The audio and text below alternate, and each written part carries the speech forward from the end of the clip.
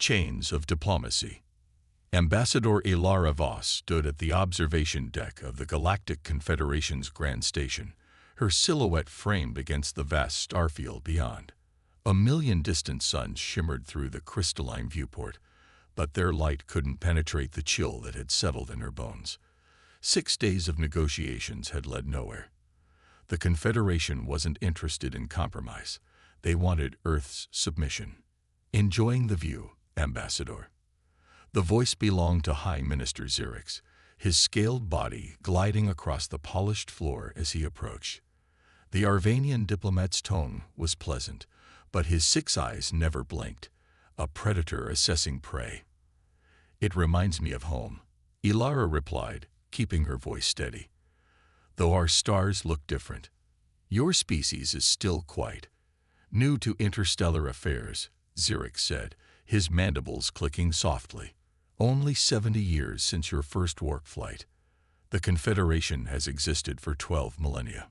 Ilara turned to face him. At 43, she was young for an ambassador, her dark skin bearing the subtle markings of Earth's orbital colonies where she'd been born. "Age doesn't grant wisdom automatically, Minister. Sometimes it just calcifies old prejudices." Zirix's scales rippled with what passed for amusement among his kind. "You speak boldly for a species whose military consists of barely 100 vessels. The Confederation fields thousands. We prefer to invest in our people rather than weapons," Ilara countered, though they both knew it wasn't entirely true. Earth had been building steadily since first contact 30 years ago, had revealed a galaxy that wasn't as welcoming as humanity had hoped. "A commendable sentiment," Zirix said, though his tone suggested otherwise. "Yet your colonies expand rapidly. The Jalarian sector was under consideration for Confederation development before humans arrived. Unclaimed space by your own treaties," Ilara replied. They'd been through this argument a dozen times in formal sessions. The real issue wasn't territory. It was humanity's refusal to accept second-class status in the galactic community. The Confederation wanted Earth's resources, its water, genetic diversity, and cultural output that had become strangely addictive to several alien species. They just didn't want humans having an equal voice. "The Council convenes in 1 hour," Zirix said, changing the subject. "Your final petition will be heard. I recommend temperance in your delivery." Ilara nodded, keeping her face professionally blank. The warning was clear enough. The Confederation didn't appreciate demands for equal representation. "Temperance has its place," she said. "So does honesty." Zirix's pupils narrowed to slits. "Indeed." He glided away, leaving Ilara alone with the stars and her thoughts. Her comm unit vibrated against her wrist. A small hologram appeared when she raised her arm. Captain Maya Chen of her security detail, her expression tight. "Status report," Ilara asked. "Concerning developments, Ambassador, 3 Confederation security vessels have taken position around our diplomatic shuttle. They're claiming it's standard procedure, but it's not consistent with previous protocols." Ilara felt a flutter of unease. "Has there been any communication from Earth Command?" "Nothing since yesterday's encoded burst. Should I ready emergency protocols?" Ilara considered. Paranoia wasn't helpful, but neither was naivety. "Stay alert, but take no provocative action. I'll complete the final petition, and we'll depart immediately after." "Understood," Chen nodded. "Be careful in there, Ambassador. Something doesn't feel right." The hologram winked out, leaving Ilara with a growing sense of foreboding. She straightened her formal diplomatic attire, black with silver trim, Earth's colors in the interstellar community, and headed for the council chambers. The Confederation Hall of Assembly was architecturally designed to intimidate. A massive dome stretched overhead, holographic displays showing the 300 worlds of the Confederation. Earth wasn't among them. At the center, a circular platform held the 12 high ministers who represented the founding species. Around them, tiered seating accommodated representatives from member worlds. Ilara stood on the petitioner's platform, a deliberately lower position that forced her to look up at the council. The symbolism wasn't subtle. The council recognizes Ambassador Ilara Voss of Earth, intoned the senior minister, an ancient Drovian whose age-whitened tentacles draped over the edge of his hovering chair. You may present your final petition. Ilara activated her translator module, ensuring her words would reach every species present. Honorable ministers, distinguished representatives, humanity extends its hand in peace and mutual respect. For 30 years, we have adhered to Confederation guidelines despite being denied membership status. We have traded fairly, shared knowledge, and respected boundaries. She paused, scanning the alien faces. Some showed interest, others disdain, many nothing she could interpret. Today I come with a simple request. Recognition of humanity's right to equal standing in this galactic community. We seek neither special treatment nor dominance, only the dignity of partnership. Murmurs rippled through the assembly. Minister Xerix leaned forward. Ambassador, your species has been granted observer status. Full membership requires centuries of demonstrated stability and contribution. This is our way. With respect, Minister, those requirements were established after human contact. Ilara countered. 17 species have been granted membership in the last 50 years, all with shorter spacefaring histories than humanity. Those species demonstrated proper deference to Confederation wisdom. Another minister called out. Humans question and challenge at every turn. Ilara stood straighter. We seek understanding, not blind obedience. Isn't discourse the foundation of true diplomacy? Discourse assumes equal standing, Xerix responded. Earth is a promising young world, but hardly equal to civilizations with thousands of years of interstellar experience. Experience that led to the Mecteri genocide and the collapse of the Varan hegemony. Ilara said sharply, then immediately regretted her words as the chamber erupted in angry shouts. The senior minister banged his ceremonial staff. You overstep, Ambassador. I apologize for my bluntness, Ilara said, though she didn't lower her gaze. But humanity cannot accept a system where our voice is silenced simply because we are new. We believe diversity of thought strengthens the whole. Pretty words, Xerix said, that mask ambition. We have observed Earth's rapid military development. Your shipyards grow despite your claims of peaceful intent. We build defenses because the galaxy has shown itself to be dangerous, Ilara replied. Would you have us remain vulnerable? A new voice spoke, Minister Krell of the Bracari, one of the few moderates on the council. Perhaps there is middle ground. Earth has shown remarkable adaptability. A probationary membership. Impossible, interrupted a Jaxuri minister, her crystalline form glowing with agitation. The human colonies in the Jalarian sector have already disrupted regional stability. Their culture spreads like a virus. 3 member species have adopted human customs in violation of preservation statutes. Ilara fought to keep her expression diplomatic. The preservation statutes were thinly veiled attempts to prevent cultural exchange that might diminish Confederation influence. Culture evolves through contact, she said. Humanity doesn't impose. We share. Those who find value in our ways choose freely. Enough, the senior minister declared. This petition, like previous ones, seeks to circumvent established order. The Confederation has stood for 12,000 years by honoring tradition and hierarchy. Earth must learn patience. Ilara took a deep breath. This was the moment of decision. Her instructions from Earth's government were clear. Make one final good faith effort at diplomacy, but if rejected, deliver the ultimatum.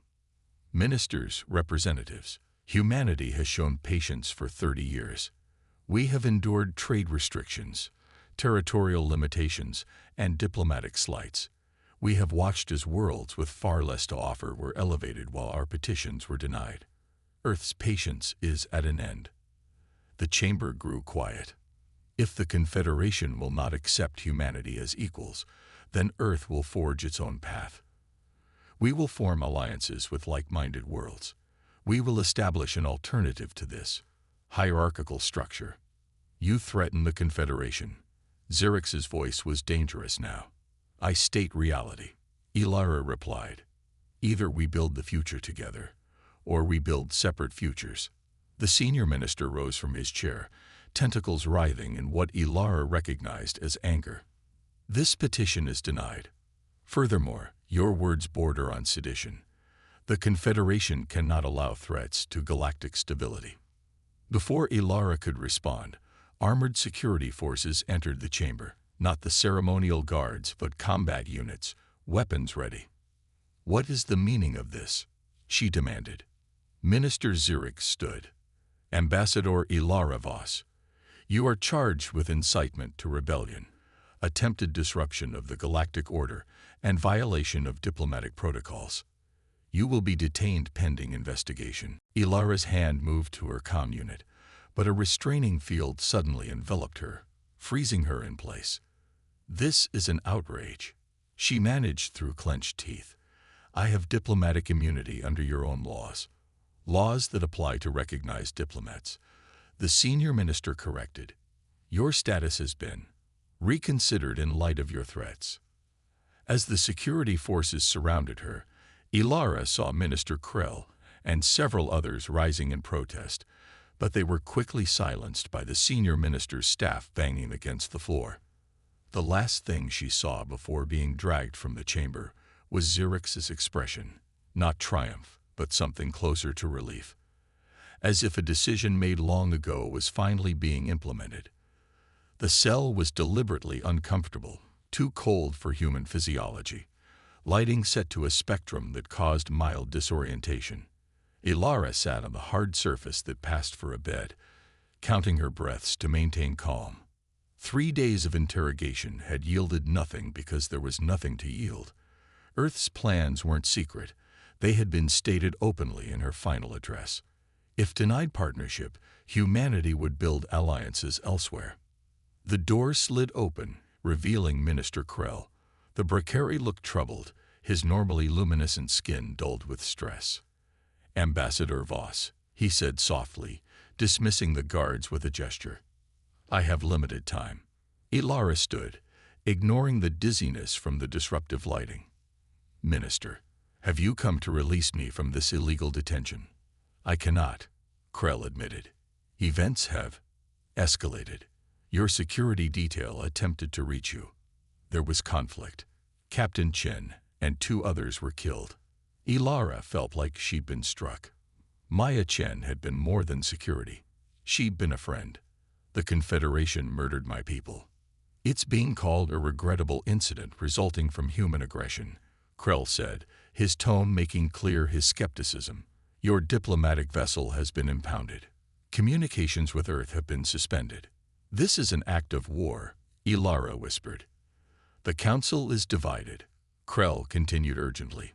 Many of us argued against this course, but we were overruled. The senior ministers fear human potential. They believe decisive action now will prevent greater conflict later. By starting a conflict. That's insane. It's fear, Krell corrected. Your species advances too quickly, adapts too readily. Several predictive models suggest humanity could achieve technological parity with the Confederation within a century. Some ministers find that unacceptable. Ilara leaned against the wall for support. What happens now? Krell's luminescence dimmed further. The Council has voted. You are to be charged with espionage and attempted subversion. The evidence is fabricated, but the verdict is predetermined. And the sentence? Krell couldn't meet her eyes. Execution. As a warning to Earth about the consequences of defiance. Ilara felt strangely calm. They're making a mistake. I know, Krell said. I've studied your history. Humans unite in the face of external threats. This will not cow your people, it will enrage them. Is there nothing you can do? I've sent unofficial communications to several independent worlds warning them of what's happening. Beyond that, he spread his 4 hands in a gesture of helplessness. The Confederation machinery is in motion. Ilara nodded slowly. Thank you for telling me the truth. If you survive what's coming, remember that there were those on Earth who wanted peaceful coexistence. And there are those in the Confederation who still do, Krell replied sadly. Perhaps after the storm passes. A signal at the door interrupted him. I must go. The proceeding is scheduled for tomorrow. It will be public, transmitted across Confederation space. A show trial, Ilara said bitterly. An example, Krell corrected. One I fear the Confederation will regret making. After he left, Ilara returned to the hard bench. She closed her eyes, thinking of Earth, its oceans and forests, its crowded cities and orbital habitats. She thought of her family on Titan Colony, of friends and colleagues. Humanity had survived ice ages, plagues, world wars, and environmental collapse. It had clawed its way to the stars despite every challenge. It would survive this too. But the Confederation might not. The execution chamber was ancient, dating back to the early days of the Confederation. Traditions mattered to the founding species, including traditional methods of eliminating threats.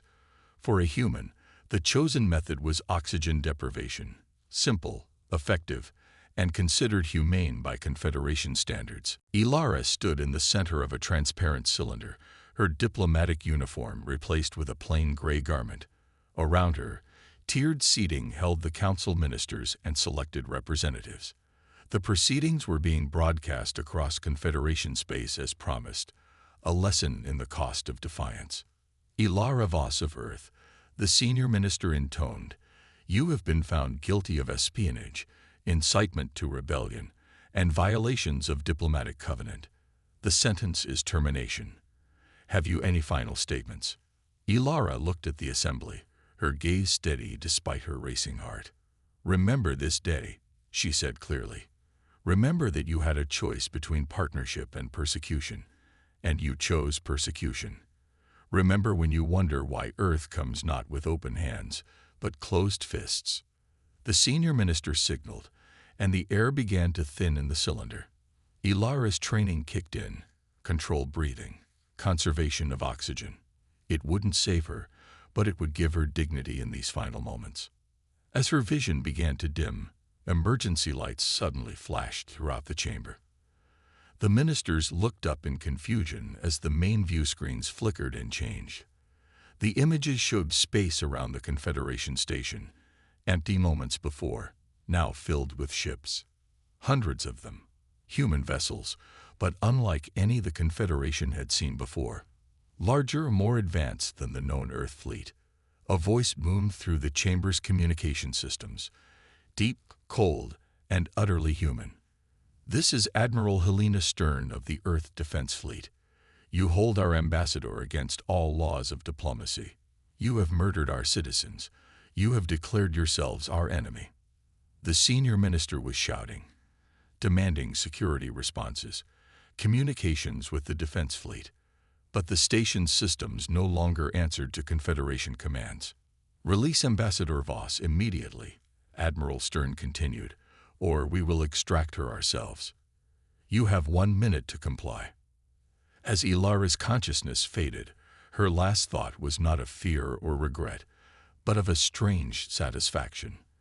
The Confederation had feared human potential enough to try to crush it. Now they would see that potential unleashed. The stars were about to bear witness to humanity's response, and it would terrify them all. Humanity answers. Commander Tarek Riven stood on the bridge of the EDF Retribution, his eyes fixed on the tactical display showing the Confederation's grand station. Intelligence had suggested the station housed over 30,000 beings from 200 species, diplomats, administrators, support staff. Most had nothing to do with the decision to execute Ambassador Voss. Tarek reminded himself of that fact as his finger hovered over the deployment orders. "No response to our demand," reported Lieutenant Commander Ashera, her voice tight. 52 seconds elapsed. "Confederation defense grid is powering up," another officer called out. "Estimate full activation in 3 minutes. Tarek's expression didn't change. "They think we're bluffing." "Standard Confederation doctrine," Ishura replied. "They believe humanity has fewer than 100 military vessels. They think this is a holographic trick." Tarek allowed himself a grim smile. Earth had maintained the illusion of limited military capacity for 15 years, showing the Confederation exactly what they expected to see while building something very different in secret. The fleet surrounding the station now, 270 warships with technology the Confederation had never witnessed, was humanity's contingency plan. A plan no one had wanted to use. Target their communication arrays and defensive weapons only, Tarek ordered. Precision strikes, no collateral damage. Time's up, Commander, Ishara said quietly. Tarek nodded. Execute Operation Thunderclap. Across the human fleet, advanced targeting systems locked onto precise coordinates. No warnings, no second chances. 200 pinpoint energy beams lanced out simultaneously, striking communication dishes, weapons platforms, and shield generators with surgical precision. The station shuddered visibly but remained intact, exactly as planned. All targets neutralized, reported the tactical officer. Station defense grid offline.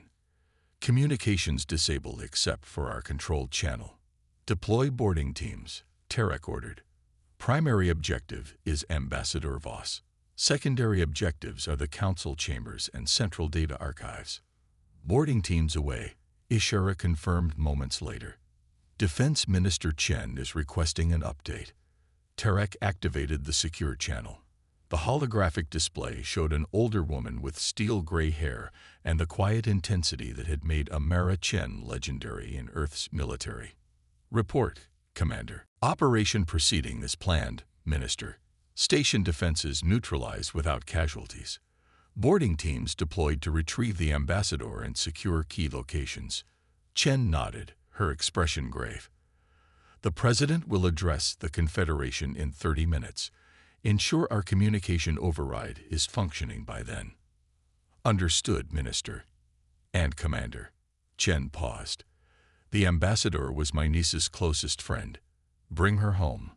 The connection closed, leaving Tarek with the weight of personal responsibility added to his mission parameters. He turned back to the tactical display. Show me the boarding team's progress. Ilara Voss drifted at the edge of consciousness, her oxygen-starved brain presenting disconnected images. Earth's oceans, her childhood home on Titan, the faces of her team. Distantly, she was aware of commotion, of the cylinder around her shaking. Was this death? It seemed too loud, too chaotic. Then air rushed into her lungs. Painful, wonderful air. Strong arms caught her as she collapsed. Through blurry vision, she saw faces in tactical helmets marked with Earth's insignia. Ambassador Voss secured. The voice reported crisply. Medical team, priority 1. The execution chamber had become a battlefield. Confederation guards lay stunned or restrained along the walls. Council ministers huddled in confusion, while armored human soldiers secured the room with practiced efficiency. A medic pressed an oxygen mask to Ilara's face. Another administered stim shots to clear her system. As her vision sharpened, she recognized the officer directing the operation, Captain Layla Nasser of Earth Special Forces, a woman whose existence was classified at the highest levels. "Can you stand, Ambassador?" Nasser asked, her dark eyes assessing Ilara's condition. Ilara nodded, removing the mask. "What's happening, Captain?" Earth's response. Nasser replied simply. "The defense fleet has neutralized the station's weapons and communications. We're extracting you and securing key positions." Casualties? None so far. We used targeted EMP weapons on their security forces. They'll wake up with headaches, nothing more. Ilara steadied herself, looking around at the stunned council members. The senior minister was being restrained, his tentacles bound with specialized cuffs. Minister Zurich stood frozen, his scales ashen with shock. Only Minister Krell seemed unsurprised, watching the humans with an expression of sad vindication. "Ambassador," Captain Nasser said urgently, "we need to move you to a secure location. Commander Riven requests your presence on the command deck." "Not yet." Ilara straightened her back, ignoring the protest from her oxygen-deprived muscles. "I need a moment with the council first." Nasser hesitated, then nodded. 3 minutes, Ambassador. Then we're leaving, with or without the pleasantries. Ilara walked to the center of the chamber, facing the assembled ministers. None of the arrogance remained in their postures now, only confusion and fear. You thought Earth was weak, she said, her voice hoarse but steady. You saw our diplomacy as desperation, our patience as powerlessness. You were wrong.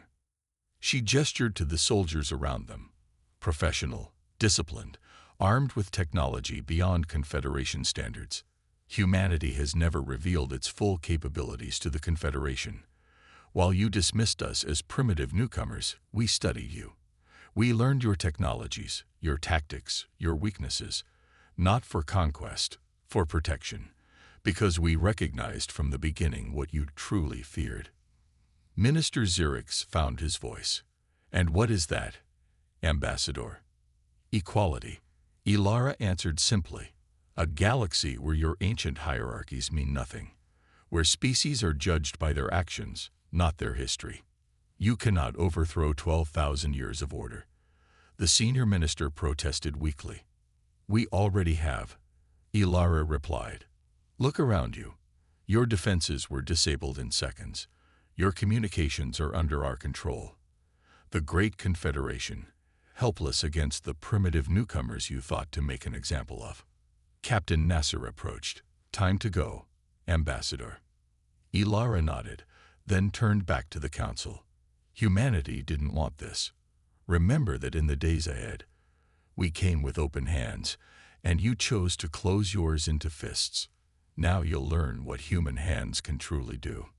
As she turned to leave, Minister Krell stepped forward. Ambassador, what happens now? Ilara paused. That depends on the Confederation, Minister. Earth's president will address the galaxy shortly. I suggest you listen carefully. The command center of the Grand Station had been secured with minimal resistance. Most Confederation personnel had surrendered immediately upon realizing their systems had been compromised and their weapons neutralized. Now they stood at the edges of the room, watched by human soldiers, as Earth's representatives took control. Commander Riven turned as Ilara entered with Captain Nasser. His normally stern expression softened with relief. Ambassador Voss, it's good to see you alive. Commander, Ilara acknowledged. I wasn't aware Earth had such impressive resources at its disposal. That was the idea, Tarek replied. The contingency fleet has been building in secret for 15 years. Distributed construction across a dozen hidden facilities. Technology we developed independently, without Confederation knowledge. Ilara took in the massive tactical display, showing hundreds of Earth vessels surrounding the station. All this, just for me. For what you represent, Tarek corrected. Humanity's right to exist as equals. And he hesitated. Defense Minister Chen was quite clear that leaving you in Confederation hands was unacceptable. Ilara smiled slightly. Amara always was protective of her people. Ambassador, Lieutenant Commander Ashera interrupted. The President is ready to begin the transmission. Tarek nodded. Activate the override. All Confederation channels, all worlds. The main screen flickered, then displayed the image of President Ileana Santos, seated in Earth's diplomatic chamber. Behind her stood representatives from each of Earth's colonies and major nations, a unified human front. People of the Galactic Confederation, President Santos began, her voice calm yet commanding. I speak to you at a moment of crisis. Today, the Confederation Council attempted to execute Earth's ambassador without just cause, in violation of the very diplomatic codes they claim to uphold. The President leaned forward slightly. This was not an isolated incident, but the culmination of 3 decades of systematic discrimination against humanity. While we sought partnership, the Confederation demanded subservience. While we offered cooperation, they engineered our dependency. While we respected their traditions, they denied our sovereignty. The screen split to show footage from Ilara's treatment, the unfair trial, the execution chamber, the breathless moments before rescue.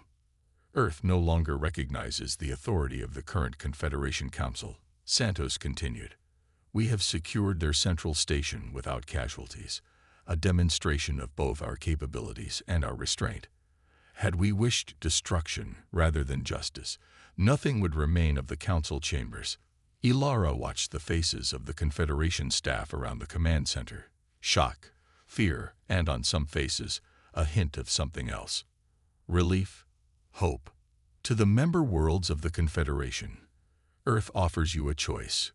The President continued. Continue following a leadership that rules through fear and hierarchy, or join us in building something new, a galactic alliance based on mutual respect and true cooperation, where age grants wisdom but not dominion. The President paused, letting the words sink in. We have no desire for war. Our fleet is deployed defensively, to protect our citizens and allies. But make no mistake, humanity will no longer accept second-class status in this galaxy. The path forward is yours to choose. The transmission ended, leaving the command center in silence. Ilara looked at Tarak, whose attention had returned to the tactical displays. Status report, Commander. Confederation military vessels are mobilizing at key junction points, he replied. But they're holding position, likely awaiting instructions. More interesting, he gestured to another display. We're receiving transmissions from 17 Confederation worlds expressing support for Earth's position. Which ones? Ilara asked, moving closer. Mostly newer members and frontier worlds. The Brakari homeworld, notably. Minister Krell appears to have influenced their stance. Ilara wasn't surprised. The Confederation's rigid hierarchy had created natural fault lines. Many worlds chafed under the founding species' domination, but lacked the strength to challenge it. Earth had just provided an alternative. Commander Riven, Ishara called out, incoming transmission from the Arvanian High Command. Tarak raised an eyebrow. Minister Zyrix's homeworld. Put it through. The screen displayed an older Arvanian, his scales bearing the markings of high military rank. This is Supreme Commander Vex of Arvanian Defense Forces. I wish to speak with the human leadership. Ilara stepped forward. Ambassador Voss, representing Earth. I believe we have much to discuss, Commander Vex. The Arvanian's eyes narrowed. You survive. Unfortunate. For your plans, perhaps, Ilara replied coolly. The Confederation has stood for 12 millennia. It will not fall to human intimidation. Tarak joined Ilara. It doesn't need to fall, Commander. It needs to evolve. Your choice is simple. Adapt or become irrelevant. You think your technological surprise grants you victory. Vex hissed. The Confederation fields thousands of vessels. You may have a few hundred. Quality over quantity, Tarak replied. Would you like a demonstration? Vex's scales rippled in what Ilara recognized as anger. This is your final warning.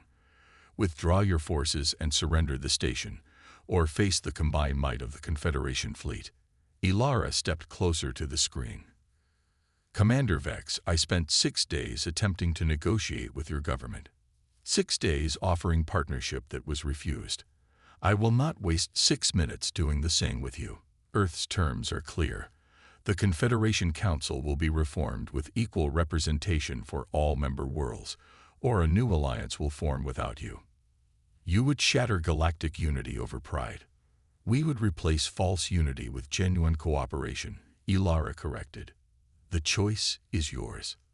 The transmission cut abruptly. Tarak turned to his tactical officer. Confederation fleet status. 23 capital ships have broken formation at the Centauri Junction. They appear to be moving to offensive positions. Tarak nodded calmly. Deploy countermeasures. Non-lethal only. We're making a point, not starting a massacre. What countermeasures do we have that could stop 23 capital ships non-lethally? Ilara asked quietly. Tarak's lips curved slightly. Something the Confederation doesn't believe exists. Targeted electromagnetic pulse technology that can disable ships without harming organic life. Another development we kept to ourselves. On the tactical display, small objects deployed from Earth vessels, accelerating toward the approaching Confederation fleet.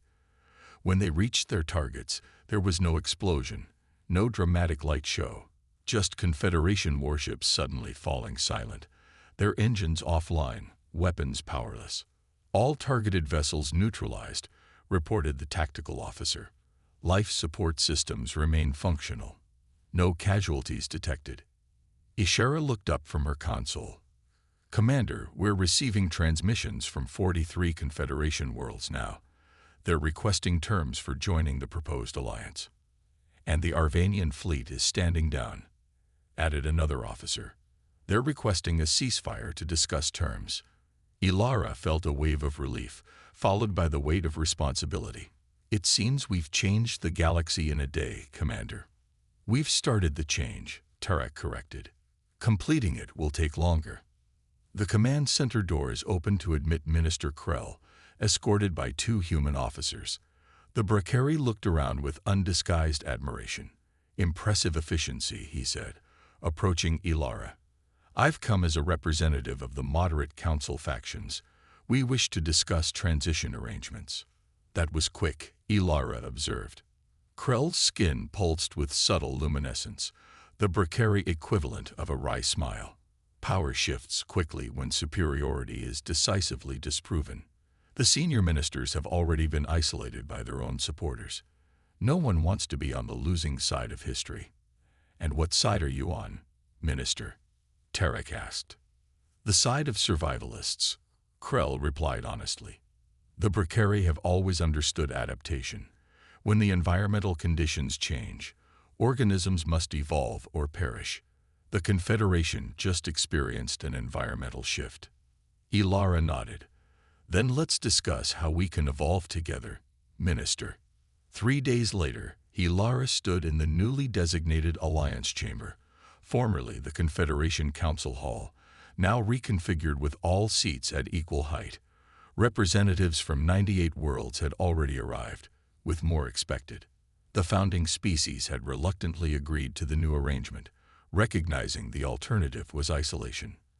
Commander Riven joined her at the observation window overlooking the station docks, where vessels from dozens of worlds now docked alongside Earth ships. The defense minister sends her congratulations, he said. The transition is proceeding faster than our most optimistic projections. Turns out many worlds were just waiting for someone to break the Confederation's hold, Ilara replied. They just needed to see it was possible. They needed humanity's particular brand of defiance, Tarek corrected. Our refusal to accept arbitrary limitations. Ilara smiled. Is that a compliment, Commander?